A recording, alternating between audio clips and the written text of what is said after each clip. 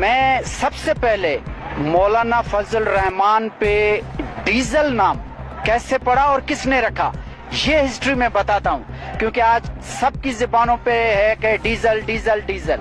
میں یہ بتا رہا ہوں کہ مولانا فضل الرحمان پر ڈیزل نام کیسے پڑا اور کس نے رکھا۔ یہ بات ہے 1988 کی، جب بے نظیر صاحبہ بھاری اکثریت سے الیکشن جیتی تو مولانا فضل الرحمان صاحب اپنی ڈیلیگیشن کے ساتھ مذاکرات، ان کے الائز بننے کے لیے، جس کی بھی حکومت ہوتی ہے نا مولانا صاحب اس کے الائز بن جاتے ہیں، تو ان کے الائز بننے کے لیے بے نظیر صاحبہ کے پاس آئے رات کو ان سے مذاکرات کرنے کے لیے۔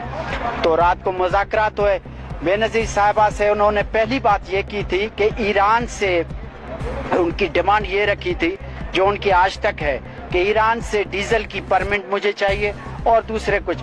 تو وہ مذاکرات جو ہے وہ آدھے میں ختم ہو گئے، بے نظیر صاحبہ کا رات ہو گئی اور یہ مذاکرات صبح پر رکھے گئے۔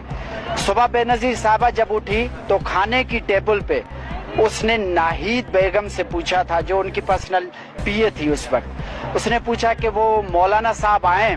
تو انہوں نے کہا کہ کون سے مولانا صاحب؟ انہوں نے کہا کہ مولانا، تو ان کو نام نہیں آ رہا تھا لیکن اس کو یہ یاد تھا بے نظیر صاحبہ کو کہ اس نے ڈیزل کی پرمٹ مانگی تھی، تو اس نے کہا کہ مولانا ڈیزل۔ تو اس دن سے بلاول صاحب، بے نظیر بھٹو صاحب، آپ کی والدہ صاحبہ نے مولانا فضل الرحمان کا نام ڈیزل رکھا تھا، خان صاحب نے نہیں رکھا۔ اور جب بھی بے نظیر صاحبہ مولانا فضل الرحمان کو یاد کرتی تھی تو ان کا نام نہیں یاد آتا تھا انہیں، تو وہ کہتی تھی مولانا ڈیزل۔